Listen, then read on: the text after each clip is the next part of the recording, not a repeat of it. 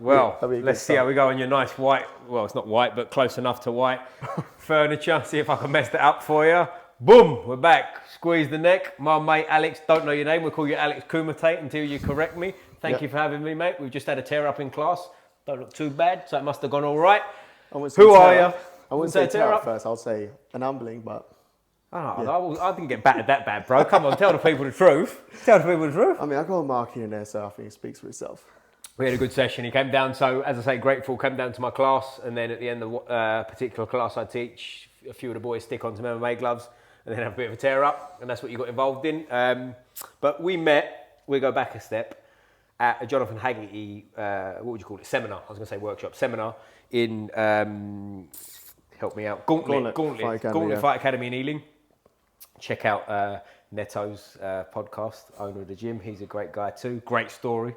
But we got talking a little bit after actually, because you had some clips of me having a little move around with Jonathan, which I was grateful to do. And we got in touch. You happened to live around the guillotine? Was it good? Was it tight? Well, I'm alive, right? So I can't have been that tight. Jonathan, up your Jiu Jitsu game, son. I mean, for a Muay Thai fighter. Yeah, for a Muay Thai fighter, he couldn't choke me. How fucking dare he? No. But it was a great seminar, which we get into. But like, you know, to get the chance to move around with him and play around and like him dive on guillotines, it's all fun and good spirited. And it was, if you ever get a chance to do a Jonathan Haggerty seminar, I'd definitely recommend it. And anything at Gauntlet, to be fair, they've always been great to me whenever I've been about. But you happen to live around the corner from where I teach, so that's how we got in this today, mate. But let's go back a step further, because you're a Portugueser, which I've been told is an okay term to use. Yeah. Tell us who you are.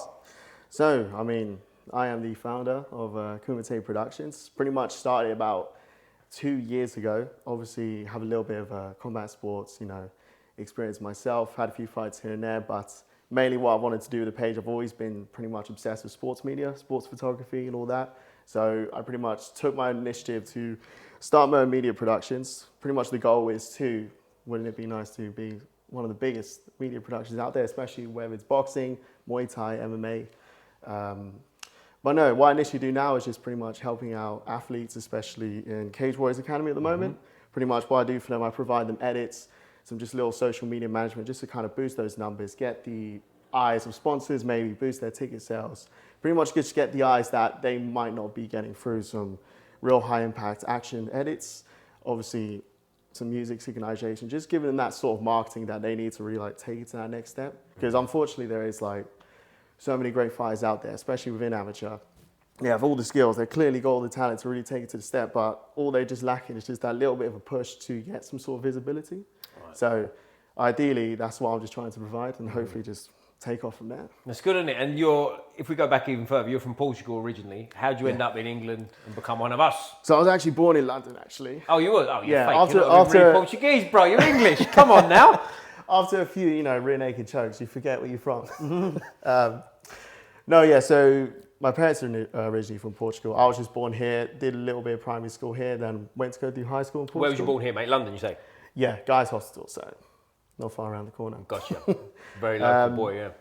Yeah, so went back to Portugal for a bit, just did my high school there, and then obviously just came back, studied at uni. That's where I really took off with the whole sort of martial arts journey. I did a bit back in Portugal, but unfortunately, especially in my area, there wasn't really much to do there. Right, whereabouts you living in Portugal? The Algarve. Okay, nice. So nice area. When I was young, so yes, but I was... No, right? Basically, I don't really, Party town? I was going to say I was a bit young to be getting clubs and glow sticks and all that business, so I didn't experience it much. But you started predominantly over here, you said, with the martial arts? Yeah, I only did a little bit. I started off initially with actually Taekwondo boxing back in Portugal, but unfortunately there just wasn't any sort of big gyms and not much amateur tournaments going on to the point, couldn't really take off from there. But the second I came here to uni, back in Brighton, I just went full steam ahead. Which is what we were talking about earlier, because you've trained at Elements and stuff, right? Which I've been at Elements. Shout out to the guys at Elements, particularly Dominic Dillon, Kate Bacek, who you mentioned, who was on the podcast. Well, she's been on twice, but she was on recently as well. What's your upbringing sort of in martial arts, if you like? Did you walk into Elements fresh-faced and sort of take me under your wing? I mean, I actually first wanted to go to Chris Eubank's gym. Did you? Okay, yeah, boxing gym, obviously. Yeah, so I only pretty much lasted there for a few months. I kind of was a bit interested to start my amateur boxing career there, but I'll tell you what, it was tough there. Really good gym, great fighters. But after that, I was like, you know what? I've still always loved my kickboxing, but Muay Thai, then I eventually just found elements and pretty much wanted to start some sort of MMA journey there. Right. So initially started with Muay Thai and then pretty much Jiu Jitsu here and there. But I need to get back into it. And was your plan with it? What age at that point? You coming out of uni 21-ish sort of age? No, 18. 18. Yeah. Oh, is that when you come out of uni? Is it? Or Yeah. you started? No, uni? started, Sorry, you went yeah. down there. Sorry, right? You did say you was going to uni. But your plan is what at that point? You want to get into it? You want to have a fight career, or what's going on in your brain? Not a fight career, you know, that was always something in my mind, but at the same time, you just had your studies and everything. I did just want to get a sort of taste for it, just go down the amateurs, you know, fights here. Oh, and you there. wanted to fight straight away then? You did want to jump Yeah. in? Yeah. Yeah, so I think, after joining Elements, I think 3 months in, had my first Muay Thai fight. Good, isn't it? That's cool. Oh yeah, it's a thrill. And then after that, you just sort of get hooked and you want to do it again. But then unfortunately COVID happened, and then I think for 2 years I didn't compete, and then came back and wanted to do one little amateur MMA fight, Right. and yeah, so three MMA fights, 2 Muay Thai fights. Nice. So some proper like, well, I was going to say a different word, but experience would be a good word. But you're getting into it at what? How does that work with your Muay Thai? Were they actual fights, or are we talking about interclubs? 1 inter club, then 1 amateur. N class, yeah. Yeah, N class, yeah, which is straight in the fire, really, isn't it? Do you know what I mean? Jumping into Yeah. it. Because for anyone who doesn't know, N class, then what is it? CB, A class. Yeah. So like it just basically rules slightly vary. I won't butcher it and show my lack of knowledge, but like rules, elbows start coming in, pads start coming off basically as you go up the ranks, right? But it's a little bit different, I believe. You tell me if I'm wrong, from kickboxers and stuff I've had on here, Muay Thai fighters, where it's not like boxing where you turn pro, like you have pro fights basically, right? So there's not so much a process of like you have to go through X All these amount of little hoops. stages, You just sort of take a pro fight and you're off to the races, which is dangerous in itself, isn't it? You know what I mean? Because like some guys, we've all been in gyms where you spar with people and there's sort of a level on the mat, and then all of a sudden one lunatic comes on and you go, Head kicks you. well, he might cut you with an elbow is what I was thinking. It's not so much the technique, but you know what I mean? They start doing it a bit too sort of like they're looking for slicing up your face and whatnot, and it gets a bit kind of, without pads, it's And no elbow pads as well. I've had a few times where you just get 1 or 2 guys coming in, no elbow pads, nothing. We're not even supposed to be throwing elbows and sparring, and they're trying to throw that downward elbow. Brilliant, right.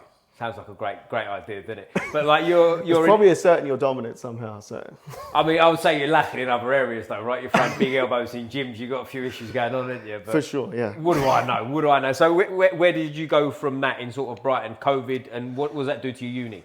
Yeah, so after that, I just finished up my uni in Brighton, had that 1 MMA fight in Brighton, then come up here in London, started trying to work, and then found the Beckenham Fitness and Martial Arts Academy. So yeah, continued Muay Thai there, did some no-gi grappling.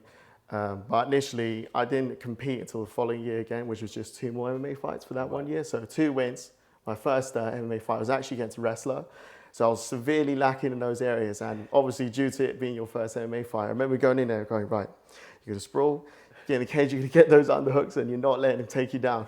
And then what happens? First 10 seconds, I throw a pretty nice back spinning kick.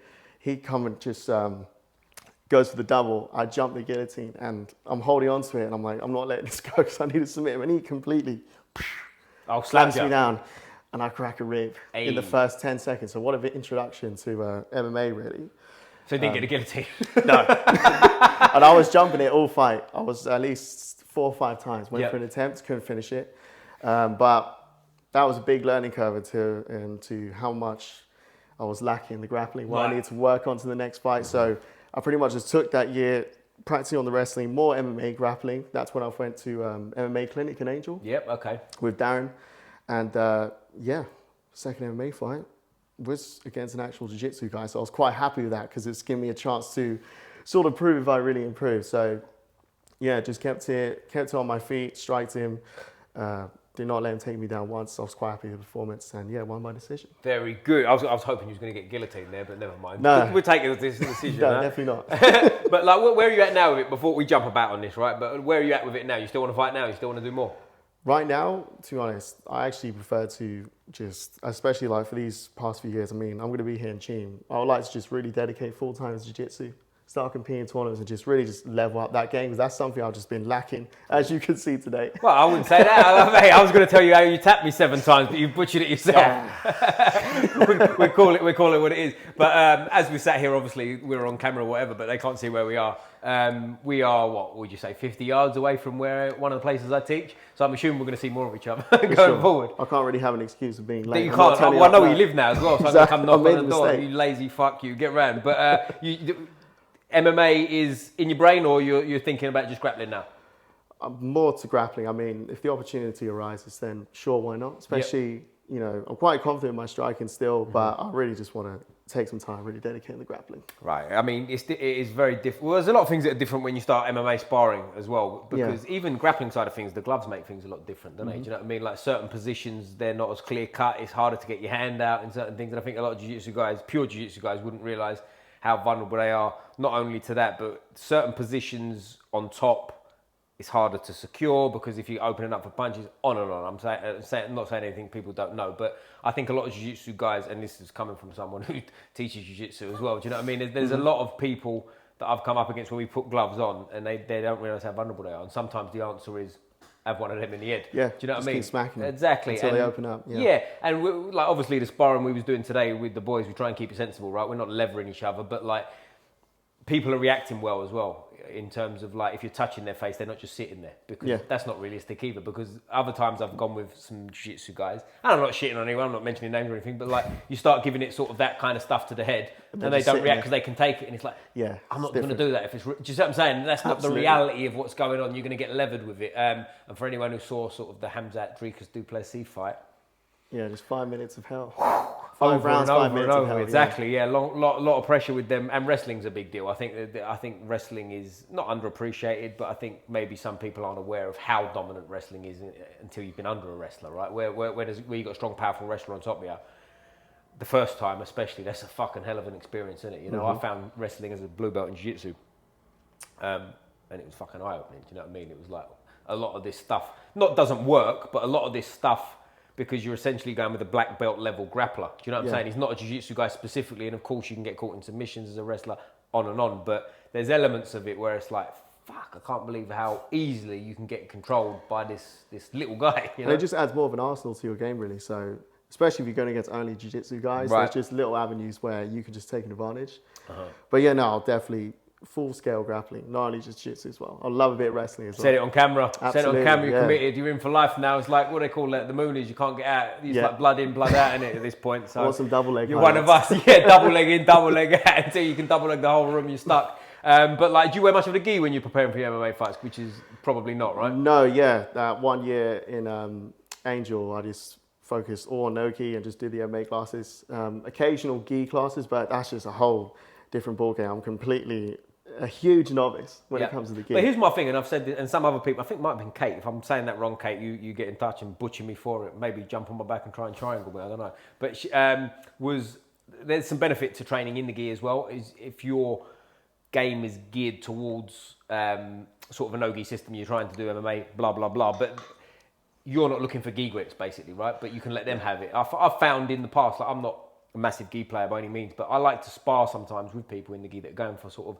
lapels and lasso grips and whatnot, because I'm not going to do it to you, but like I want you to kind of slow me down with it and try and figure things out. So I think there is some benefit, but then again, it's tricky, innit? Because in the lead up to a fight, in the last few weeks, you ain't got time for that shit, really, have you? Got to get quite specific. A little bit different in the amateurs because you don't necessarily know what your opponent is, who they are, a lot of footage on them, even if you do know who they are, etc. Whereas if you're, the example we gave, Hamzat versus Dricus. Dricus' training camp's quite, not straightforward is the wrong way to put it, but he knows what's coming in a way, right? And he couldn't do anything to stop it. You said that, hey, Dricus, yo. I mean, for that fight, I predicted rather just a first round submission from Hamzat, pretty much what he did with Whitaker, or it's going to just go 5 rounds, just pure domination till the end. But yeah, I mean, that must have been a long, slow night for Dricus that night. Well, I thought he'd win, and I thought he'd be quite dominant. I didn't think he'd be that dominant. That was like shocking. Like, I thought that, like, because for example, he came out and took him down, and this is not a criticism. Obviously, Dricus was world champion, defended it multiple times, but he came down and took him down the way like I would take down someone who's just started training. Do you know what I'm saying? It's like crazy how... And he's a big guy as well. Yeah, well, I've said this on here before as well, that there's some photos you watch of him sort of in when Drake is in turtle position, he's on top like with some of his ground pound, and like their bodies are next to each other, arms are next to each other. Like Drake's arms are about twice the size of Hamzat, so he's a lot bigger physically, and Hamzat, to be able to dominate him like that was, I found like, as I say, I did expect him to win quite convincingly in terms of the grappling, but I didn't think it'd be that fucking, like that dominance was like shocking to me. Especially the cardio as well. I thought maybe in the later rounds, Strickers, because he's the best exhausted fighter I've ever seen. Yeah. And maybe when it comes to striking and the sloppy striking, he could just, you know, cause problems for Hamza, but no, that wasn't the case. But also, it's like, I think Hamza at middleweight, he doesn't have to worry about the weight cut as much, right? So he's, that changes the game, because people say about his gas tank, like, firstly, he's won all his fights, so how bad's his gas tank really? Do you know what I'm saying? Like everyone wants to jump on like any negative they can, don't they? But he's come through every test, and I mean, he's got Derrida in that division, which could be a tricky one. But other than that, I don't see anyone beating him, man. I think he's going to be champion. He's going to be around for a long time. Yeah, I mean, I don't know. I don't know if he's big enough to go up to 205, but there's some interesting fights from up there as well, I think, isn't it? Yeah, Ankalaev, Pereira, that'll be good. If Islam was to come up, I highly doubt it, but wouldn't that be a fight? I think they're sort of pally, aren't they? Good friends, but at least we just finally get to see that, you know. Right. Well, they're talking as well. We're jumping about all over the shop, but you're obviously an MMA fan like I am, so we'll get into it. But they're talking about they're trying to set up Ilia Topuria versus Islam at 170. Please. Could you imagine? Because that's what I've always just wanted to see. Because I mean, Topuria is the one guy where he saw that next evolution, which is the perfect boxing and great wrestling, and not many other fighters have had that in the past. They've either had just the great striking or great grappling, but Ilia's just that final mixture to both, small guy and just hits like a heavyweight. Yeah. So, I mean, he's a small guy, yeah? Yeah. All right. I'd have said shorter side of things, but you said small guy, all right? I'll see what I said. I see what we're doing here. When Ilia's got something to say about it, I see what we're doing. When Ilia's on the podcast, I'll say, hey, bro, it was him, not me. You know, don't shoot the messenger. I had a hard session. I got squeezing the head too There much. You go. That's it. Blame Pierre. Shout out not Pierre. Thinking straight. Yeah. No, but I agree. I think here's the thing. I'll say this on here as well. I believe at this particular time, Ilia Topuria is pound for pound the best in the world. Yeah, I think he's got the potential. I think he's the one. I think he's the guy at the moment. And if Islam beats Jack, then please make it happen. Because I don't think, of course, Ilia can have a few more title defenses, but of course, for the fans and everyone, just in case Islam does decide to retire in the next 1 or 2 fights, it would be a huge shame if we never got to see that, really. Because I think Volk was just the one guy to really show the holes in Islam's game, especially not only with the takedown defense, but the striking as well. And we all know Ilia, he could be losing 5 rounds, but he could just take you out. Here's the thing with that, when you say about Volk versus Islam, do you think that was something to do with the weight cut? Because for anyone who doesn't know, it was in Australia, right? So they had less time to rehydrate. Yeah. Now, people have their opinions whether you should be able to hydrate anyway. That's a different story. We ain't got to go there. But like, I do think that played a part in it too. I think Islam maybe was a bit half-mast. He always has such tough weight cuts. Yeah. I've never seen him in person, but I've been on the mats with people that have trained with him, and you see, I know how big I am compared to that person, and you see how big they are next to Islam, and you go, I don't know how the fuck you make 70 kilos. Do you know what I mean? That is how much do you think he walks? Like 90 maybe? 86, 88, yeah. He's got. I think he's close. Because from the look of him, I think he's 5'11", they say anyway. Yeah. Like, that's pretty, and he's not a skinny 5'11", like a Charles Oliveira type build, is he? He's quite thick as well. So I think he must like kill it. Well, Khabib as well. I don't know if you've heard Khabib talk about like when he retired, his goal for the next 10 years was staying under 94 kilos. He used to fight at 70. Like, how much weight was he fucking cutting if it's a struggle to stay under 94 now, you know? Yeah. Do you know what I mean? Like, there's a lot to it, but I think them guys in that part of the world, that's all they do. From a young age, that's all they think about. So I guess I'd like to see how he feels into welterweight then. Just from pure size compared to Jack, because Jack is quite big. Yeah. And then, do you think he wins that fight?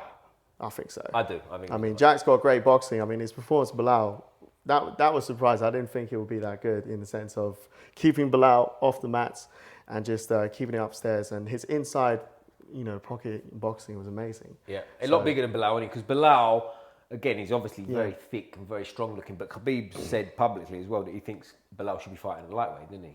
So yeah, it's you never. But then again, how much has he taken out of himself to cut down? You never know. That's right? what I mean. Yeah, you never know. But I think with Jack. I think he lost his first pro fight and then he's undefeated since, which is a fucking hell of a record, isn't it? Do you know what I mean? Yeah, quite so, but fighting Islam's no given, but I think I'd lean towards Islam. Will take, the weight division does make a difference, but as we said, he's big, etc., etc. I wonder if it does go how we're saying it's going to go. Let's just say, argument's sake, I'm not saying he will. I think he will, but let's argument's sake, he beats Jack, and he's the welterweight champion now. Ilya goes up to fight him. How does he look at that weight? Because like we've been around MMA gyms and stuff. You've been around some welterweights. Some welterweights are big, right? You look at welterweights and they are massive. Well north of 90 kilos. Kamaru Usman, for example. You know what I'm saying? Big guy. Yeah, I mean, yeah, weight would definitely play the part. I would just like to see, because Ilya would be much smaller, Islam dealing with the smaller dudes. Yep. Especially back in the day, I always thought Michael Chandler would have been an interesting fight for Islam just because of his short, explosive wrestling as well. That would have been just interesting because styles make fights at the end of the day. And Ilya might just, offer that opportunity where it's a bit more difficult to push him up, get him down, start controlling him, especially with the fear of how dangerous he is with his boxing. So, but speed kills too. Listen, just because you're smaller don't mean it's any easier. Like, no. If you spar with someone one weight division down, like that's hard work, isn't it? Because they're not just some little guy you're going to push around. They're strong-ish. Do you know what I mean? Or they might be strong enough. Do you know what I mean? But they're like speed kills. Being smaller ain't always a negative. It's a smaller target, etc., etc. I think Ilya, if he didn't run into Islam, I'd be quite confident he could take the belt at welterweight. But Islam, to me, is like that's a hard problem to solve, isn't it? Yeah, they both have the avenue, so it'd be interesting to see. I mean, that Georgian wrestling versus Dagestan. So, yeah, who would you give the edge to if it? Because we all know, like grappling, sometimes it stays on his feet, doesn't it? Like, who do you give the edge to there? I'll probably just say Islam because I've just seen more, and really? He's pretty much everyone he's faced. He's grapple dominated. He was so good with Charles Oliveira as well. Ilya, we've seen him a few times, but against someone like Islam, obviously you just have to go for the track. What about the striking? Striking, I'll say Ilya. Because Islam's got his kicks, but Ilya keeps that high guard and he waits for you to get inside. And Islam's going to have to get in the pocket and get close to him, and that's where Ilya thrives, with those short, little, powerful hooks, the way he caught Charles Oliveira. Especially with Charles coming into the clinch. I knew he would just come in, throw that knee, but that was an opportunity for Ilya to take you out. Then look what happened. So I kind of wanted Charles to keep his distance, obviously try and take it to the ground because you don't want to be standing out of Ilya after his bloody track record. But for Islam, I think he's going to be looking to take him down and also make a statement as well. Right. I think he'd prefer that. He's already proved he can stand up with some people, so I think personally he would love a submission finish over Ilya. Oh, could you imagine? For sure. Like that'd be something. I mean, do you think the fight happens first of all? Do you think that fight happens? I mean, if Islam wins, Ilya wins potentially who we may face next. Oh, you got to make it happen. I think so, yeah. And I think UFC at the point are at a little struggle with these big superstars, and you got to make these. Even though I'm not really a fan when two weight divisions are fighting each other, because then you're just.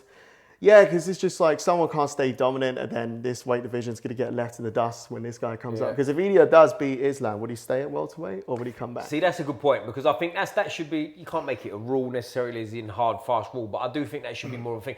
Like, for example, let's say he does go up. If he wins the belt, you're the welterweight champion, now drop the lightweight. Do you know what I'm saying? I think that should be sort of like, what would you call it, like an unwritten rule type feel. Do you know what I mean? Because like if you're going to take that belt, drop the other one. Don't get up, win it, drop it. Because imagine let's just argument say he goes up, he beats Islam, takes the belt, then goes, no, fuck it, I'm going back down to lightweight. What does Islam do? He takes the belt again. It's like, you're the champion, but it's like there's another guy. Do you see what I'm saying? It's a bit like Absolutely. DC. I know it's a different scenario, but when DC was heavyweight champion, like, and he was going, I'm the baddest man on the planet. And it's like, you are, but John Jones is alive. So we know you're not. We all know deep down. We all know there's a fella called John Jones that fucked you twice. Do you know what I mean? Yeah. So it's hard, isn't it? It's hard, but for him to go up and fight, he'd be the first man to fight for 3 belts, let alone if he wins it. You know what Especially he would have the more credibility for coming out to fight Islam in Islam's own weight division. Bear in mind, he's been 2 divisions down, isn't he, as well? Yeah. Do you know what I mean? I know Islam's come up one, but he was a featherweight champion. Do you know what I mean? So to fight and his for track 3 record belts, of just, Volk, Charles now, I mean, yeah. undefeated he's on the ball, goes a long way. And to absolutely. be undefeated in MMA is kind of mad as well, isn't it? Do you know what I mean? Like, to get to that level, we're not talking about having like some white collar, not that I'm knocking it, but like some white collar fights, you've gone 5-0 and you've sailed off into the sunset and gone, I'm undefeated. We're talking about a geezer who's gone to the top level, championships, and let's be fair, he hasn't really had close fights either, has he? He got kicked in the head by Jai Herbert, I think it was, kicked him in the head, and he had like a little half a millisecond wobble, and then like completely... I was at the watch party for that. Crazy reaction. Yeah. Well, he's that was the first time I was really aware of him. But here's my other thing as well. If he doesn't go up, like the obvious fight to me is to make the Paddy fight. Paddy, yeah, just because there's just so much animosity between those two. And Paddy's a star, isn't he? Paddy's a star. Like him or not, just listen. The man's he's got something special about him, isn't he? You know, and like I've always said that I feel like there's certain people in the division he won't be able to beat, and I don't think he'd ever be champion. But you know, as he keeps going, he keeps knocking people off, doesn't he? You know, and it's like I think Islam would have been a fucking terrible fight for him, just style wise. But then I go, if you ask me who's going to win, Ilya versus Paddy, I'm going to say Ilya. But mate, they don't like each other. That can muddy the waters at times. That will sell out. I think comparing that to any of the biggest fights, Paddy and Ilya, I think will do amazing on paper. That's what Dana needs to start doing. Also, not only seeing who's the top contenders to fight each other, but also when it comes to all the shit talk, the animosity, market that, push that. Because obviously at the moment, UFC have been a bit lacking and quite lazy with the whole marketing side of things, or pushing fights and creating that hype. Oh wow, you're going off today. Absolutely. Dana White's lazy. Who did you quote off a minute ago? Who did you say why... is no good? Ilya's, what was it? I'm coming for it all now. Yeah, I was going to say, Ilya's a pussy and Dana White's lazy. That could be the subtitle for this one. I didn't say it, this motherfucker did. Yeah, no, I mean, that's pretty much why I started the page, because it's, if you look at, obviously we're shifting topics here, but we look at Turkey and boxing and what he's done now, the amount of money he's pumping into all these promo videos, this hype, the press conference, the events, oh yeah, it's blowing up. And not only is the fights obviously some of the biggest fights entertaining for the fans, but alongside with all the promotions, all the excitement for the fans as well, especially during fight week and the build-up.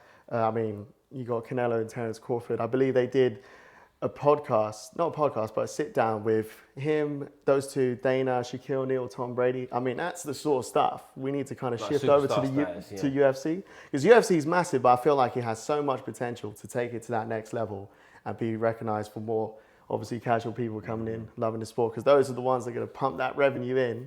So I think with these fights with Paddy and Ilya, and there's a lot to obviously promote off of that, you just got to abuse it. Well, it's interesting because there is, like, in the mainstream, there is still a little element of, like, not educated as much. Like, there's certain people, like I'll give you an example. I don't know if you're into, like, the Misfits boxing that went on the weekend with Rockhold and Darren Till, which we can get into. But Carl Froch is ringside, and there's the whole sort of debacle, whatever you want to call it. Calling him out and stuff like that. But there was an interview I saw with people, and they was talking about who wins in a street fight, Carl Froch and Darren Till. And people are going, I think Carl might... And you're like, how can you be so uneducated to think Carl Froch would even last 30 seconds in a real fight with him? Do you know what I mean? It's so stupid, but...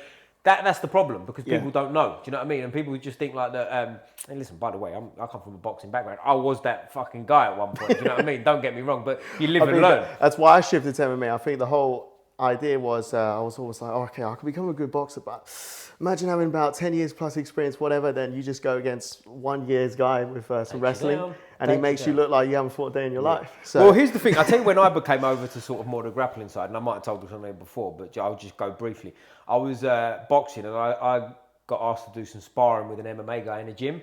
Now, he wasn't that good. He was like having his first, I think he had one MMA bout at the time and lost it and whatever. I'm not mentioning his name, so you know what I mean, I can speak quite openly. Yeah. I'm not saying he was, I'm not knocking him, he just wasn't that high level, right? So like we're doing striking, and I was well getting the better of it. And then, I'm chatting to him, he's a nice fellow, we're having a laugh and whatnot. And he said, do you fancy doing some grappling, blah, blah. So I did. And I ended up doing a bit of grappling. But again, he was at that sort of level of grappling. So even though I'd not grappled before, I was kind of in it. Do you know what I'm saying? It was kind of, okay. So I got the buzz for it from that. So that was my kind of like coming round. But also seeing him on the feet, and I was like, I can do whatever I want to him. And then he was like, we're having a grapple. And I was like, this is quite hard. Do you know what I mean? So like, it started to compute. So I guess I was kind of lucky that I got in there where I didn't get kind of overwhelmed with it. Do you know what I'm saying? Like, whereas if I'd have gone in there and he was, let's say, I don't know, a purple belt or up in jiu-jitsu or blue belt, whatever, in jiu-jitsu, and just mauled me, I think a lot of boxers get in that mindset of like, you sort of deny it, like, nah, it's not for me, because, do you know what I'm saying? Like, I don't think I would have personally, but do you know what I'm saying? Ego, like, really there's an ego thing involved where it's like,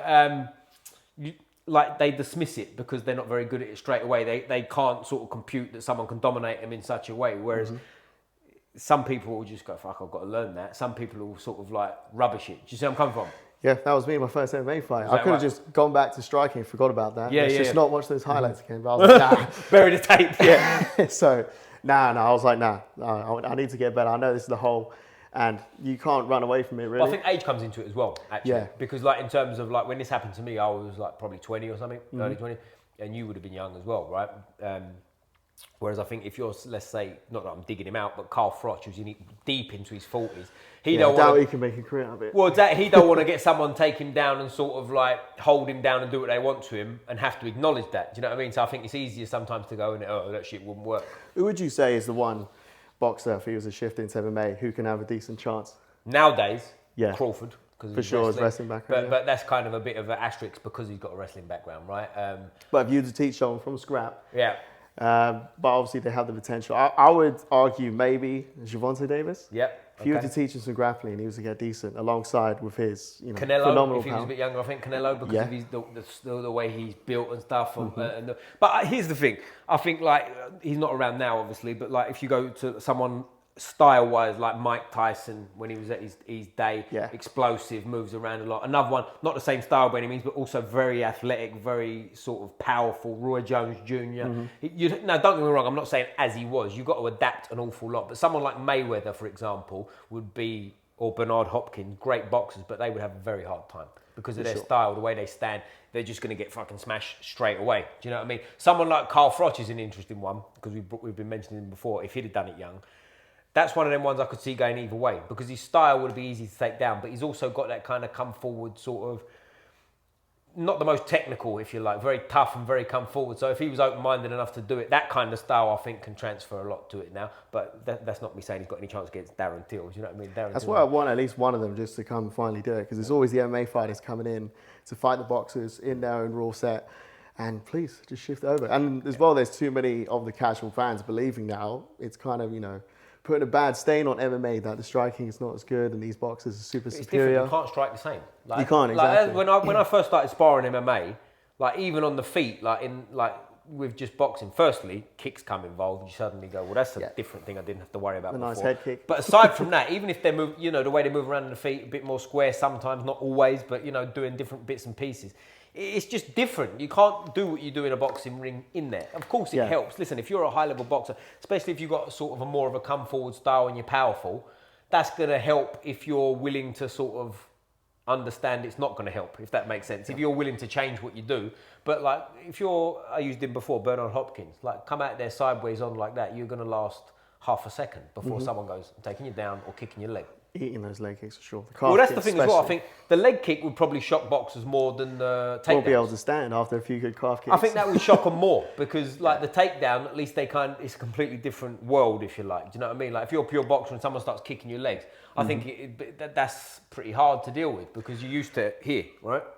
And just by the sheer range as well, it's going to be hard to come inside when they're keeping the distance and just attacking the calf, Alex Pereira style or Izzy style.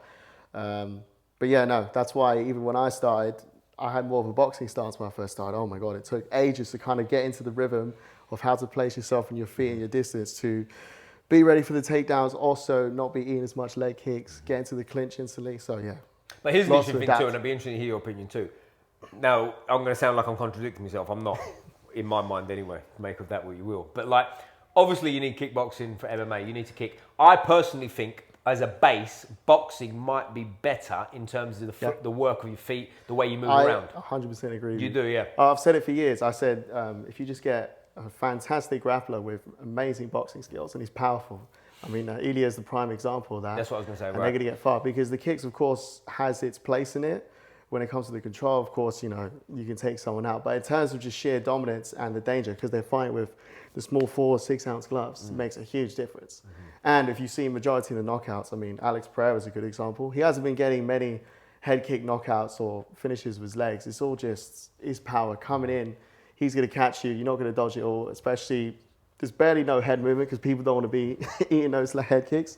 So I would say, boxing, wrestling, or boxing grappling style. Well, also with Alex, it's the threat of it too. Like, he kicked Yuri in the head, didn't he? Flattened him. Like, and that fight, let's be honest, if the bell didn't go, that was done then. Like, I mean, it's hard because world title fight, so you've got to let him continue. But maybe they shouldn't have let Yuri get up and continue for the second round anyway. But that's another story. But you brought him up. Ilya was at the forefront of my mind. Like, he's very boxing standard stance, isn't he? Do you know what I mean? Now he's not. I know people can go, no, he's doing it. Yeah, I get it. Cool, chill. But he's, do you know what I'm saying? Like, the way he moves around, he buzzes around. It's more boxing heavy. And like, to me, I don't feel like it's so much an issue of whether you're doing kickboxing, boxing, you come from a grappling background.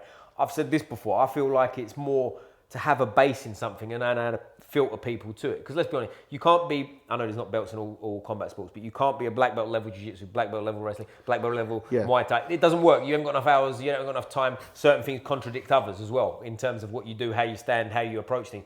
But if you've got a base in something, to me, it's about filtering people there. So you've got someone like Khabib, who's you know what he's going to do, can't do anything about it. Someone like Israel in his prime, or Alex is maybe even a better example. Yeah. You know what they're trying to do, can't do anything about it. Do you see what I'm saying? Like, to Absolutely. filter someone to where you want. I think people can become obsessed with trying to reinvent the wheel. And there was a bit of a movement of like kids are starting in MMA now. We're like, oh, they're going to be so good. Whereas I don't see it that way necessarily, because I feel like they might not have a There's base. so much more disciplines, yeah.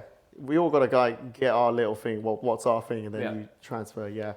I mean, what do you think of that if they started introducing just young amateur fights, MMA only, and people just jump into MMA without really perfecting a certain style? Yeah, I don't think it's the way to go, personally. No. It's not that you shouldn't necessarily be doing MMA, but I feel like when you find something, and we all know people that just, they do grappling and striking, and for example, let's just say grappling, they just take to grappling more than they do striking, or vice versa. Yeah, for whatever reason, they've got the same level of coaching, they've got the same dedication, but they're just way better at one of them than the other. So there's a natural element to it as well that you take to. And I think you should, like there's the old classic saying, and it'll work on your weaknesses, of course, but I do think you should work on your strengths more. Like, for example, if you're really good at a specific submission in jiu-jitsu, a lot of your game, in my opinion, should be geared towards getting you there. Not so much learning every submission under the sun, being safe and getting to that position. Absolutely. Now, I know it's endlessly more complex than the way I just made it sound, but I think there's some validity to that sort of, like, you don't have to learn everything. You have to be able to stay safe and implement your game. And I think that applies to MMA. Yeah, for sure. I mean, that's for me as well. I don't want to be learning all the fancy submissions straight away. I just want to learn the basics. You know, being dominant, trying to escape out of side control, being good at breaking guard, those little basics, and you master them, then eventually you just become very good, and then you can transfer into the other skill base. But no, yeah, I agree. I don't think MMA just as a style on its own, because you're not going to be training each and other style enough to really, get the grips to it as well. Especially from the striking sense, how would you say MMA? I mean, majority of the MMA classes I've been to, there hasn't been much of a focus on the boxing as well. So. More for kicks, you actually get fighters who are coming in through Muay Thai, whatever. I don't get much boxers coming in and they want to do MMA, just because there's not much focus on it. It's all cage work, grappling, wrestling. Then occasionally when you're throwing strikes, just keeping the distance, the teeps and the legs. I think if they were to implement more boxing, get some good, because I think that is the number one base when it comes to, you want to be really effective MMA, is if you have crazy good hands. And it saves you as well. If, let's say, for example, you're getting 5 rounds, 5 minutes, you go the distance, but you're getting pieced out with the legs or keep the distance. At least if you just had that power and you're sharp with your boxing, you always can sort of just lay back on that as a chance you could take someone out. 100%. And I think, I do think there's a lot, I've heard Robert Whittaker talk about this years ago. I feel like you should learn the art separately as well. I do feel like you should invest a lot of time in doing them separately, because there's, as we know, there's certain things in boxing you can't do when someone's threatening to kick your leg or trying to take you down. So what do? You end up becoming like a shitty boxer and doesn't really throw anything. So if you're learning it and sharpening it, then it's on you to be intelligent enough to know when to implement it in the fight. And I do think there's a lot of that, because listen, when you're in there, if you've ever been to fight shows, there's always a guy in the ring and his coach is going, left kick, move to the right, 1, 2, left jab. He's like talking through the whole fight, and you're like, bro, I don't even know what you said. I'm sitting here calm. That guy's stressed the fuck. He can't hear anything as well. He's How too about locked start in. off with a jab, yeah? And like we was doing today. Small. You noticed, like, not I'm making it about me, but like when we're doing our move around today, a lot of the stuff I was doing was heavy jab, takedown, heavy jab, takedown. Yeah. Simple thing. Don't need to overcomplicate it. Don't overcomplicate it. I personally feel like there's a lot to the jab in MMA, throwing it heavy, throwing a low leg kick, bang, chop that front leg down, look for takedowns, and sort of build from there. And I know there's people going, what about the spinning hook kick? Yeah, that's great, but that's not day one, is it? Do you know what I'm saying? 4 strike combination. Do you know what I'm saying? That's all good, that's all well and good, but it's like, do you know what I'm saying? Simple. Work on taking that front leg out, for starters, really, really heavily taking that leg out. And let's be honest, listen, when you get kicked in the leg, I don't have to load up with all my power to hurt your leg, right? If I slap a kick on 3 or 4 times, you got to change your thing, ain't you? It's like, fucking, I can't keep taking them, you know? And like with the jab, slam the jab in heavy to the head.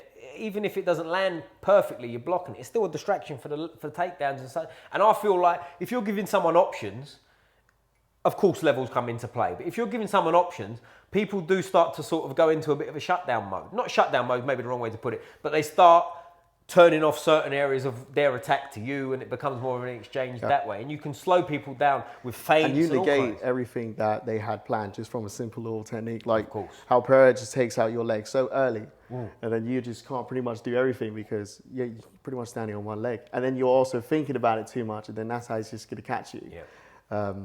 I mean, the same with Izzy in the second fight, even though Izzy won, but him mentioning straight away, Alex is kicking his leg and he could just feel it. It's already completely messed. Right, and I've got to think that second fight, not to cut in, but like the reason is he won, that's a lot to do with Alex's weight cut. And For he sure. couldn't take it around the whiskers. For sure. Because I feel like, imagine if they fought at 205, how do you think that fight goes? Not well for Izzy, in my opinion. No. Not well. Especially Izzy's 205 fight was only yarn. Yeah. Yeah. That's it. Yeah. Yeah, it was. That's it. He's on a 3-fight losing streak now as well, which is tough to go through. But he's obviously great in his prime. But at a certain point, it's like a lot of things come into play, don't they? I know I'm going off topic a little bit, but like he's obviously done very well for himself financially as well. Mm-hmm. Like when you're waking up, like how much it's different when he's hungry for the belt and it's like all he does every day. Now he's got options. He's probably got 6 different appearances that he's got options to go and like hang out on red carpets every week. Oh, for sure. Do you know what I'm saying? Like, how much interest have you got? Conor McGregor said it at a bare knuckle thing, didn't he? They was talking about it, and he was like, you could see he's kind of like, I'm kind of happy. Nah. You know what I mean? He loves the party life, and and it's hard to wake up in your expensive yachts and mansions and waking up at 6 a.m. and just putting in that work. Really. It's true. But do you remember Conor in his prime, like on the sure, come up, like special? Like that was a special time. Like he's not that guy anymore. He can't be, and it's not because of lack of dedication. He was the perfect blend of the great boxing with great kicks, and you don't see many styles like that nowadays. And he was phenomenal. I can always remember the Eddie Alvarez fight. I mean, I think that was one of the most slickest classes of boxing. If I was to say in terms of the best strikers, just purely from their boxing, Ilya, Max, Conor for sure. Mm-hmm. But no, we haven't had a guy with that sort of, same style level. Well, that performance, particularly against Eddie Alvarez, that was like, I'd put that Conor McGregor, I'm not saying he'd beat anyone, but like pound for pound wise, I'd put him up there with anyone. That particular night, I think he was fucking magic. You think if that Conor fought, he was on that version. That Khabib. Against Khabib, That's a different fight. Yeah. I still think Khabib, I'd lean towards Khabib, gun to head, but like, it's a different fight. But McGregor had his moments in that fight to, utilise on striking.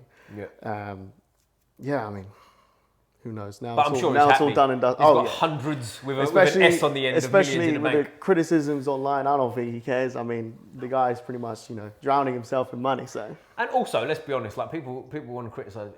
There's an element of you're always going to criticize. What are you doing with your life? Do you know what I mean? Like, when you're getting up at 9 o'clock in the morning, or sorry, you're getting up for a 9 to 5. Like, not that I'm criticising that either, but it's like, look at what the man's done with his life, and people want to hate on him. I've heard people go, "Oh, Conor's so overrated." It's like, yeah, mate, two-weight world champion UFC must have been really overrated. Yeah, terrible. And most people are just only tuning in now. What's going on now? They've completely forgotten the whole era he used to have. Yeah. But even the fighters as well, I think they just got a bit of a bitter taste just because outside of the ring he's done, so well. Yeah. And that's what more fighters need to do. Outside the ring, there's so much more that could just, even extend your career, and you need to plan ahead and take forth. Pushing marketing, for example. Yeah, I was going to say, get in touch with Kumite. McGregor's the king of doing that. Yeah. So he set the example. I mean, Paddy's doing it. That's pretty much how we also paved his way, not only with the wins, but I remember it was where it was like a controversial loss. He just won it. I forgot it's the bold guy. I forgot his name, but American guy, I can't remember his name. Just from his sheer personality. Jared. Is it Jared Gordon? Jared Gordon, that's right. He did lose that fight. I think he did lose that one. Yeah, and just because the sheer personality, the guy, how he pushes his page, the marketing, everything, the shit talk, even though, he put in the work, he's trained, and now he's doing really well. Mm-hmm. But that as well had a big sort of leverage into him, keeping him relevant.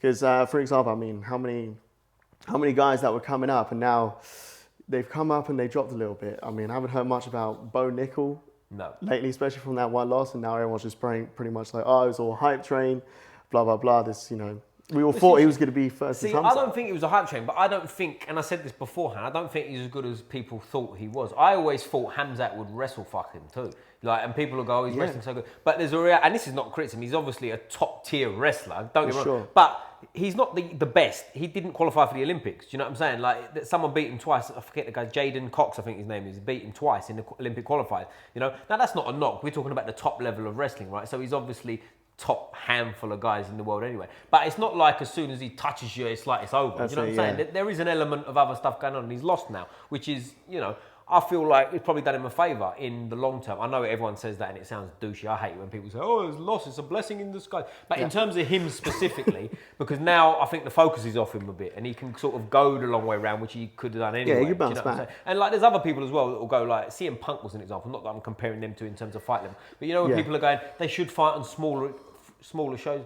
It's like, who wants to fucking do that? Why would you do that? If you have the opportunity in UFC, firstly, money. I would take it tomorrow.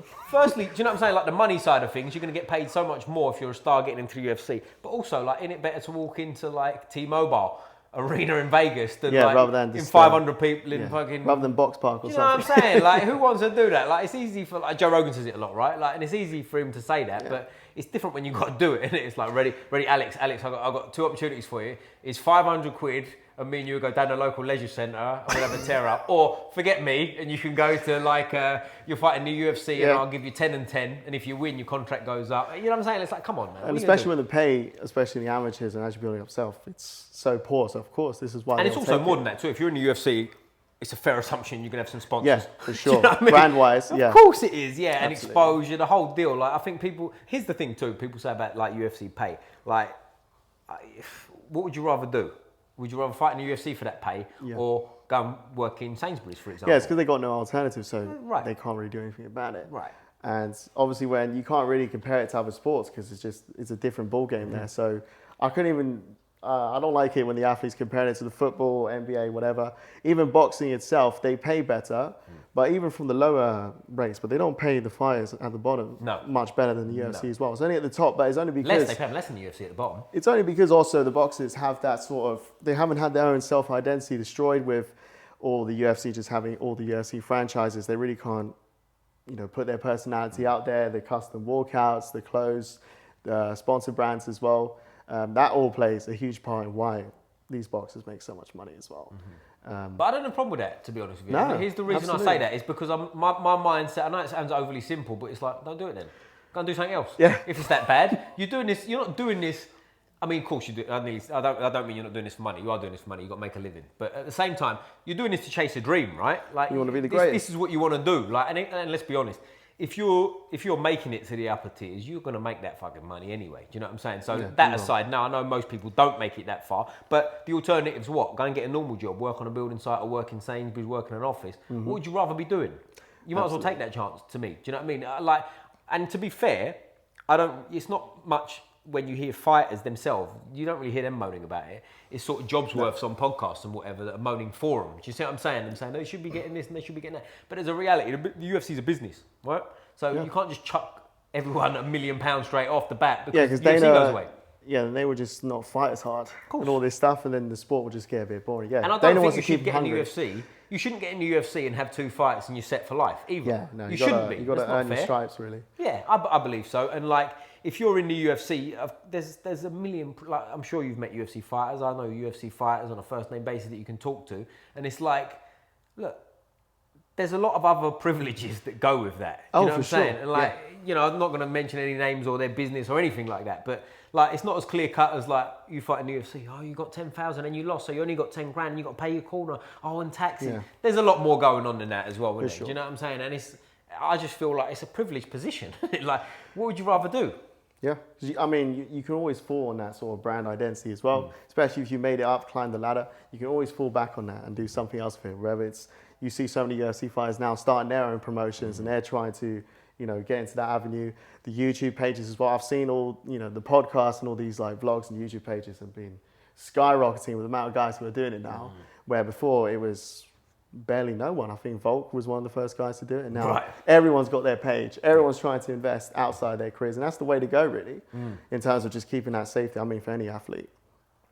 But let's just see where it takes. Yeah, exactly. But UFC's big now. Like you've only got to go back 10 years ago, and like most people on the street in Still UK, maybe not America, but they don't. But also, normal people wouldn't know what UFC was. You go, what's that? Oh, that cage fight. No, I don't like that. It's violent, you know? Whereas now, if you say UFC, most people kind of at least know what you're talking McGregor. about. Yeah, they'll say names, won't they? That Paddy fella, what's his name? That Paddy from Liverpool. You know what I mean? They'll know something going on, which is obviously a step in the right direction. But if you look at football, for example, like astronomical money, obviously, yeah. But to me, when people moan about that, it's like if they don't get the money, where's the money go? Do you know what I'm saying? Like if you're a footballer earning like, because some footballers do legit earn over 300 grand a week now, which is nuts. But if they don't get it, where does the money go? Do you know what I mean? Do you want to see some office board member getting it instead? Like, the money's there, so it's got to be paid to somebody, isn't it? Do you know what I'm saying? You've got to earn it. You've got to earn it. And the smart ways of just, people got these little avenues where they can earn it, even outside the ring. I believe Izzy as well has made great money outside the ring. He's taken in the steps with Conor McGregor, and more fighters, they've already paved the way of not how to do it, but it's there, and you can grab it. So let's see in the future what they do. I mean, I like now the UFC have finally allowed them to have some custom shorts again. It's a shame they can't have their own sponsors, because that's where majority of the money they can make is coming from that as well. But at least now with the custom shorts, give them more of a personality, and they can stand out more when it comes to growing their fan base. I mean, especially for the casuals as well, because But I don't even have a problem with the not having the sponsors on your shorts, to be fair, because I go like, again, like football, they can't have their sponsors on their kit, can they? Do you know what I'm saying? It's as simple as that. Whereas it's like they have the sponsors outside and they make great money from it. And if the sport's big enough, which I think you have to go down that sort of teething problem stage, if you like, of having taken their sponsors away, and they might earn a bit less off of that, but they'll make it in the back end. And it's like, if we go forward another 20 years, you got to fancy that UFC is going to be a lot more mainstream, and these fighters are going to have massive sponsorships. Like, for example, Nike. If you had a Nike sponsor, you haven't got to wear it in the octagon, but do you know what I'm saying? There'll be some form of like. I don't think anyone's got a Nike sponsor, Adidas, or one of those big sports brand sponsors. No. John did Jones back in the day, didn't he? He had Nike. So. He had Nike and Gatorade on his shorts, but he lost it when I think he had like one. Paddy's gotten the sponsors for JD now, so. Yeah. I mean, one fighter's got to break that and show these sponsors can start really dive into UFC, because of course that's where the crazy money will come into as well. But I wonder if you could have teams in there as well, in terms, I don't mean teams of fighters, but like, for example, all of UFC sponsored by Venom, right? So could you have like Nike, Adidas, Reebok, Venom, for example, just off the cuff names, come out and they're going to sponsor certain fighters, and you, for example, are on Team Nike because they want to sponsor you in the UFC. It's under that banner. Not that you're affiliated, like we're both sponsored by the same one or whatever. We're all on the same team. Not that it works like that, but you see what I'm saying? Like, Chelsea's got a Nike sponsor, and so has, let's say, I don't know if Man United have, but if Man United have, they're not on the same team, but they both sponsored by the same. Do you see where I'm coming from? Yeah, just like Ronaldo, Messi with Adidas, Nike. Exactly. There you go. I mean, would you like that as a fan with non-combat sports brands diving their way into it? I couldn't really care less, to be honest with you. Do you know what I mean? I want to see the best fights. So I don't care what they got on their shorts as much as I care about what they're doing. You just want to see some good knockouts. Do you know what I'm saying? I want to see them fight. I think a lot of people, again, it just goes back to the negativity of people. They want to whinge about something. Do you know what I'm saying? So they want to moan about, like, oh, they don't get paid enough. Oh, now the sponsors have gone. And it's like, I get it, but I just want to see them fight. It's kind of not relevant to me, is it? Do you know what I mean? What sponsors they've got across the back of their arse cheeks. It don't. Do you know what I mean? It doesn't. I'd rather see other areas explored, and it'd be interesting to see you as a very knowledgeable fight fan and been in there yourself, obviously, is the way fights are scored, because people have got different opinions, and I think they make things way overcomplicated. I've got my own opinion on it, and like where Joe Rogan says 10-point must system, we should score it this way, this should be taken into account, that should be taken into account, on and on and on and on. My opinion on it is make it an awful lot more simple than that, and I'll get into that in a minute. But what do you think about scoring and whatever? Scoring-wise, just the control time, what we consider control, and the leverage to, are they in danger? But I wish as well the UFC took into account a bit more some of the Jiu Jitsu rules, where if you're on your back, you can still win some points, and you can earn some credibility there. I mean, they pretty much, only if you just get a submission from your back on bottom, that's the only relevance you have. But if the guys on top lane you, just control time's clicking, and he's just, he's winning the rounds. So I wish UFC can try and just acknowledge, especially it's mixed martial arts at the end of the day. And when it comes to jiu-jitsu, there's just a bit more focus on what's happening on bottom as well. How would you score it? I would say from just, escaping sword positions, escaping to, back into the guard maybe, submission attempts as well. And then on top, not just from laying there working, even through passing guard. I don't know in jiu-jitsu, I think when you do the gi, if you just pass into side control, is it 2 points or something? Probably. Yeah. No points on the street, bro. I don't know about none of that shit. Like, hit me with that hipster points nonsense. But just so the grapplers at bottom have more of initiative, I have more to work with, rather than I'm completely hopeless. and they just lay there and they get beaten mentally. Then when they stand up, thing happens again. So at least, you know, if they're on their back, it's not the end of the world. There's still stuff to do to earn some points and gain that credibility. So, because, I mean, when you get the guys just laying on them for 5 rounds, not doing too much, then yeah, it becomes an issue, especially for the general base. Yeah, but do you know what I would do? I'd keep it even way more simple than that. So I wouldn't point score it at all. I'd have a judge's decision. Now, what do I mean by that? And people go, it's too simple. I don't think it is, and I'll tell you why. If me and you fight, and I beat the living fuck out of you for 14 minutes, right? But at the end of that, you spin me around and you're punching me and I'm saved by the bell. Now, I know that's an extreme example. Yeah. But to me, you win because what I did wasn't relevant enough to stop you and what you did came out on top towards the end. Now, again, don't take that as complete 100% linear what I mean, but just as an example. So if me and you fight, for example, the judges are watching the whole thing. If they don't remember what I did to you in the first minute, to me, it weren't that relevant. Because you'd remember it if it was. Round. If in the first minute I kicked you in the face, you fell over and I pounded you, they'd remember that. Do you see what I'm saying? So if you don't remember it, how significant was it? And I do think as the fight goes on, it should be more relevant. I'd also get rid of rounds now. And I'm losing a lot of people. People go, he's fucking nuts now. He's getting rid of rounds. I'll just have a 15-minute or 25-minute fight. Especially... continue. Yeah, but like if me and you fight for 15 minutes, that's hard, right? If I don't get rid of you, to stand in front of you and keep a pace for 15 minutes is tough, right? Yeah. Doable, but it's fucking hard work. So what's going to happen? People could argue, oh, okay, it'll be boring, dragged out. 25-minute world title fight.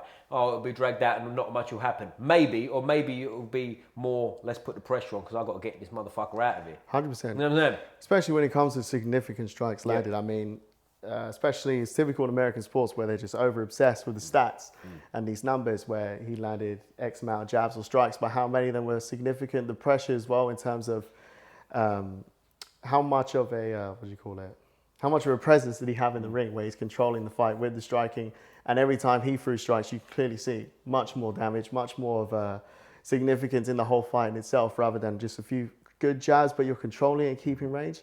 It is difficult.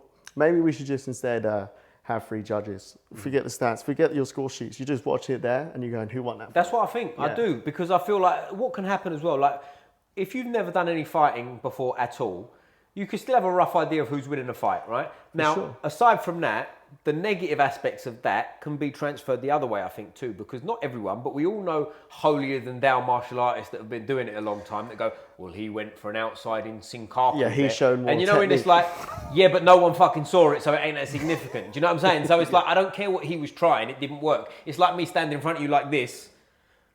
I was thinking about giving you a head kick. It's like, yeah, but you didn't. Do you know what I'm saying? So it doesn't make that much of a difference to me. For example, if I'm on my back and I'm shooting triangles, but I don't get it, that's the same as me thinking about throwing a head kick and it not landing. The damage is the same. I don't care about what you thought about doing or what you tried to do. You didn't. So for me, if me and you watch a fight, I reckon 9 times out of 10, probably more, if we watch 2 people fight, no scoring, and at the end of it, I just think, who do you think won? Yeah. We'd probably say the same most of the time. Do you know what I mean? Not all the time, but like probably most of the time. And also, I think if it's close, I mean, you go, who won that? Draw. Do you know what I mean? Yeah. What's wrong with that? Fuck it, draw. If you need to go to like the technical aspects of, yeah, but he put his foot on his hip in round 2, and then he did a hip escape. Yeah, he passed. and then he stood up at one point. Oh, do you know what I'm saying? It's like, hey, it's not that significant. I just feel like if it's close, you score it a draw. And I know people probably listen to this and go, you don't know what the fuck you're talking about. Whatever, chill out. I think I do. And that's all like, what is he on about? Yeah, I've just lost a subscriber. But do you know what I'm saying? Like, to me, sometimes, just watch the fight. And the reason this really hit home with me, I was at a grappling show once. And I know it's different, don't get me wrong. But it was a 5-minute round and they went at it, these boys. A lot of them were white belts and blue belts. And they were just going. And at the end, it was referee's decision. And it was great because, again, me sitting with one of the other boys. He's right there, yeah. We were watching it and you go, again, more than 9 out of 10 times, we're looking at it and going, he won, right? He won. They gave it, referee, and they gave it to that one. I think on the whole day of hours and hours, there's only 2 that I went the other way and they weren't egregious. They was just like, okay, cool. You saw it different to me. Do you know Especially, what I mean? What do you think if they're biased, like the referee or the judge? They train grappling. They obviously prefer grappling. Right. One prefer striking. And then, you know, how would that affect pretty much how, because they're always going to be a little biased. Well, part of me goes, that's cool. That's your opinion. Because if it's close enough that opinion comes into play, I'm happy with that. That's okay to me because, like... But in the sense that they didn't seem the striking just because they might not understand it as well. It wasn't as significant, but because he did this takedown or he had this control time, oh yeah, that's in jiu-jitsu world or in the wrestling, that's really good. Yeah, So but they're that's what I'm gonna coming favour when that. I come from, like the whole like certain martial arts have their bias because that's really difficult to do. It's like, Yeah. yeah, great, but how much damage did it do? I don't care. Like if me and you are rolling, now I'm going quite specific here, but me and you roll and I go De La Riva, I go for this, I stand back up, I go for a single. None of it comes off, right? Yeah. In terms of submission, I just go through these hierarchy of positions, if you want to call it that. Who won? People will go, I did because I did more, right? Yeah. But at the same time, I didn't do any more damage, so who really won? Do you see where I'm coming from? And I know it's not as clear cut as that all the time, but I think it should be looked at a lot more simple. Like, watch the fight, who fucking won? I don't care what your jiu-jitsu instructor, what your Muay Thai instructor thinks is more valid. Who won the fight? Especially in boxing, you see these 12-round fights. I mean, there's no way some of these judges remember what happened in round 4, No. where if he threw lots more jabs that But round. that's a good example because That that's a bit plays in. more. I don't want to say it's a game because it's a fight, but do you know what I'm saying? It's a Strategy, bit more yeah. round based. It's a bit more. There's a lot more you can't do. So Yeah. like if I land a jab and slip off, it's more relevant than it would be in an MMA fight to me because if I jab you, you kick my leg, you did more damage to me, but Yeah. not significantly more in my opinion. It is significantly more in a way, but you get where I'm coming from. To me, there's not a lot going on, right? If in the whole round, I know I'm talking extreme examples, but I jab you and you kick my leg once, I don't think you can say you won the round, right? Yeah, by Do you just see what I spamming mean? leg kicks. Exactly. Yeah. Do you know what I'm saying? You've got to up it and you've got to do more. But I do think there's an element of watch the fight, tell me who won. Yeah, but he didn't. No, shut up. Just who won the fight. Do you see what I'm saying? Like, Yeah, he did this and that. He landed about 10 more shots that round. Like, how'd you count? yeah, exactly. Yeah. And if you need a pen and paper sometimes. So I know go, for a fact those judges, they just get told the stats later by the people in the back, but there's no way they knew for a fact he landed more strikes that round. Right. I think from significance and how it affected the fighter, okay, yeah, you can see it, but yeah, if it was just a slow fight with just light shots, yeah, it's impossible to really know. Yeah. So we're going to change the game. We're going to come up with Kumite Fight Productions. We're not going to have any We scoring. just went on about it. There's going to be no rounds. We're going to have people biting each other's ears. The whole thing's going to be I mean, nuts. that's actually the strategy as well with these edits. I'm just showing the best of the best highlights. Really just encourage people where, even if you had a bad fight, if you lost, I've had a few times where the fighters I'm editing for, making these videos for them, they've lost. It wasn't exciting, but I'll just get those best moments. I really mix it in well with the transitions and everything. Make it almost look like they won the fight and it was amazing. Then they look back at that, change their perspective, but okay, looks much better now. Yeah, it was pretty close, wasn't it? Yeah. Maybe next time, for the sake of just performance and really getting yourself out there in my next fight, I'm going for it. Yeah, well, I mean, you read it on me and Jonathan Haggerty. I mean, I beat him up for about 10 minutes. Absolutely. You didn't show that. Keeping the range, You leg made it look kicks. quite close. I'm still offended by it. It was, it was a whitewash at best. I dropped him with 3 head kicks. No, of course not. But like, the way you did it, I thought was brilliant. Like, because you reached out to me, didn't you? And I think you said, could you do it and whatever. And I was like, well, fucking please. Do you know what I mean? Please cut it up and put me out there. Do you know what I mean? But it was like, it's done well because, and you tell me more about it, but like the way you do it is kind of like you show what's going on, but it's also a little bit vague and it's like, what's that? And it was like really sort of draws you into it. The hooks. Do you know what I'm saying? Yeah, So it draws you into like, oh, that's cool. That is pretty much the strategy for when you're making any sort of edits, any post, any content. Yeah, you can have interesting fights, but if you don't, you got to tease the viewer. I mean, unless it's a really big fight fan and he follows your page, he's going to watch it through the end. But if the first 10, 20 seconds, it doesn't seem sort of intriguing or some decent highlights or anything to build up the hype, then people are just going to scroll right past and you're missing out, even if it was a fantastic fight or great video or great edit. So I think the key bit for that is that first 10-second hook of something sharp, but you're not giving them all yet. Oh, I want to see it. I'll go watch the whole video now. But one thing I think you did was really good as well is like, it was at Jonathan Haggerty seminar, the little clip with me. Like, it would have been easy for you. You could have shown it like every time he threw a jab, and it was like, you could have made it gone like, look how great Jonathan Haggerty. And like, it does not that it would have mattered to me, And but there's like hundreds of videos of him you doing could that. do that. Yeah. Like, you could do that and make it like a bit of a scumbag move of make someone look like they got bashed up. Do you know what I mean? And it wasn't that kind of, and it's like, firstly, there's no need for any of that, right? But the way you did it is like the sort of thing that people will look at and go, that's real cool. So I know it sounds like I'm kissing his ass.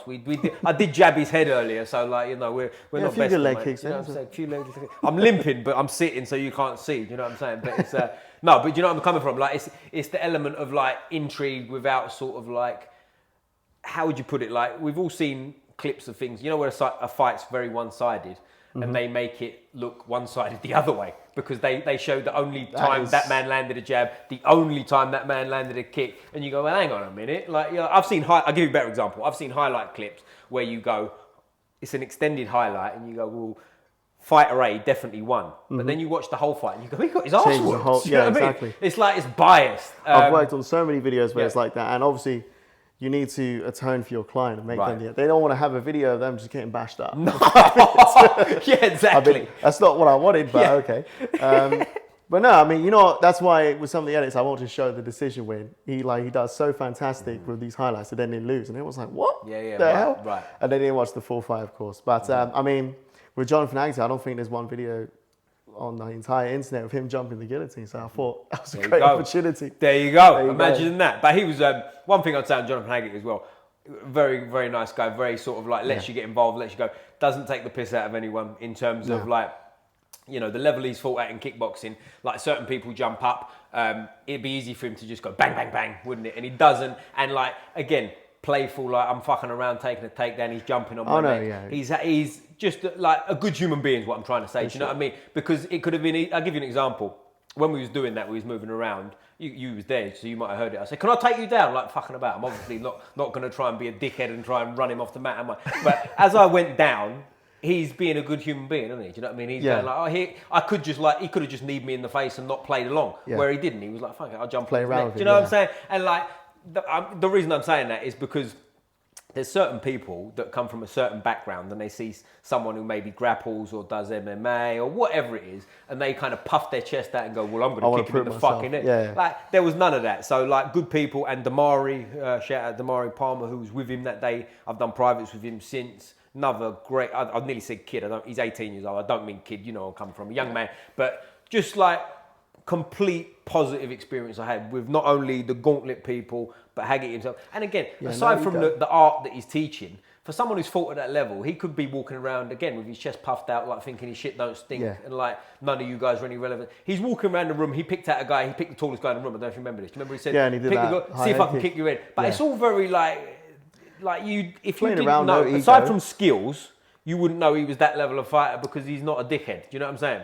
Yeah, my colleague who was filming it for me, he had no idea who Jonathan Agnew was. I was Right. like, yeah, I have no idea you just filmed in there. Yeah. Even though that's what I mean, just the personality, no big ego, not puffing his chest out. He doesn't come across that guy, you know. No. He's And a I'll tell you real another thing humble he did. guy. He wasn't talking to me, but he was talking to a pair next to me when we was doing our drills during the actual seminar itself. And I can't remember specifically what he said, it doesn't matter. But he was like, he asked the guy something, and he basically asked the guy's opinion on how he'd move if this happened. Like, again, it'd be easy for a guy at that level to go, no, don't do that shit, do this. This is the way to do it, end of story. My style. Whereas he showed him whatever particular technique we was doing. We was doing some kind of step aside and throw a head kick thing, whatever. I'm not giving away your secrets, Jonathan.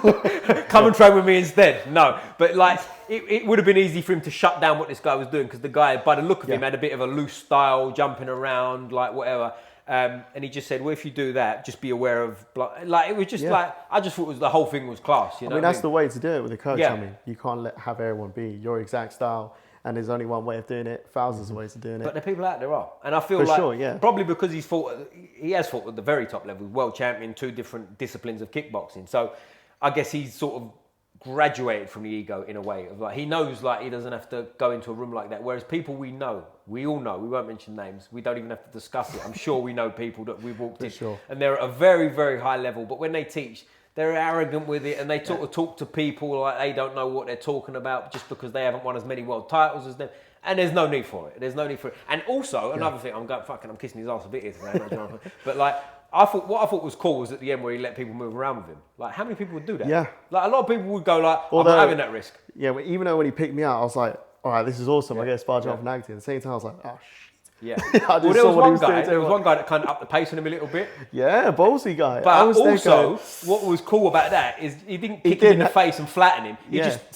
He did enough to let him know. He landed some A kicks, but obviously he's controlled. Exactly. He did enough to let him know. I was like, that guy's a bit, that was a bit ballsy to go a bit hard. Well, you might have paid for that. Well, do you know what? To be honest, I think that might have been why I got the chance to go after because everyone was kind of like, me. And after that, a few people went, yeah. So I went, fucking go on, let's go. And I think that might have made me sort of have a bit of an opening to jump up. But yeah, total positive experience. I couldn't say enough good things about not only him, as I say, the gym, the way it was run, the whole thing was fun. Felt like you learned things, but it was like a proper session, but it didn't turn into 10 push-ups, 10 kicks.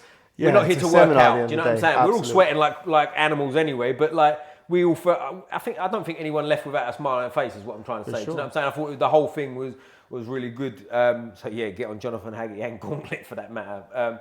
And Kumite, that geezer's all right, you know, if you're around him in small doses. But it's all right, he's going to come to my Jiu Jitsu class, I'll get some of the lumps to sit on him. Do some recording as well. There you go, exactly. You better film the sessions, man. Yeah. But like going forward with your Kumite promotion, is it promotions? Productions. Productions, Yeah. sorry, fucking butchered that. If Don't I could get the name right. Change the name on down the line. It's all right. Kumite Promotions. I was sure just wore like the brand Say, right you've here. got someone else's shirt on. Sponsoring Tatami, so. There you go, whatever. But it's like, going forward, where do you see this going? If we sat down again in a few years' time, what's sort of the goal for this? Well, ideally... I mean, you're on Squeeze the Neck podcast, so you kind of made it already at this point, but, you know, carry on. I made it big time now. You know, privilege is a privilege to be on here. Well, no, ideally, I just want this to... Of course, you know, I want to push this own brand to my own productions where I can, you know, get involved with Cage Warriors, get involved with DAZN, Sky, anything. Obviously within combat sports.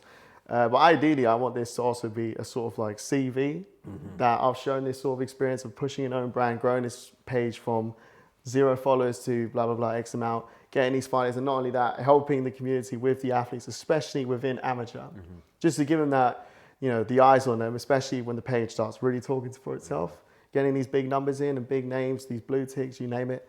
When these athletes come on, and I welcome everyone, whether it's inter-club level, amateur, pro, doesn't matter. I'll make a highlight for you.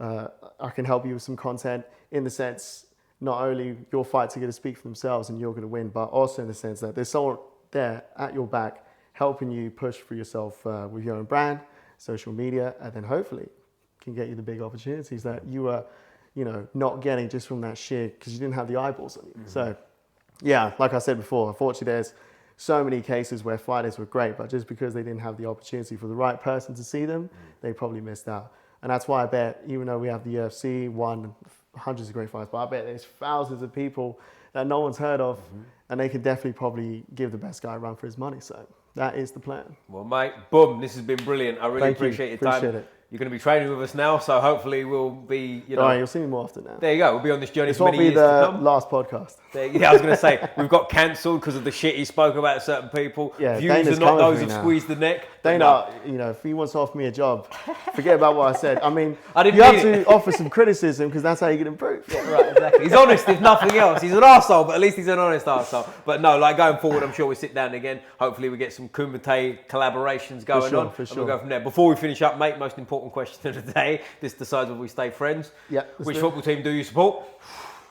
Lucky me, it's AC Milan and not a Premier League team. Sorry? I thought you said AC Milan then. Let me just clear my ears out. AC Milan, why? You know, part Italian, I've I always could have supported understood. them. I could have understood if you said FC Porto. But Yeah, Lisbon, no. Sporting No, Lisbon. Benfica would be the team. my idea. But Premier League, I haven't really adopted a team, to be honest. Why? I want to, but you know, no one's clear. I mean, technically, the only thing I can actually play off is, okay, where I was born, Guy's Hospital. What was the nearest football team to that? Millwall? Probably not. Can't Nah. They're not football team. No. Bunch of hooligans. No. What colour were the match you trained on this morning?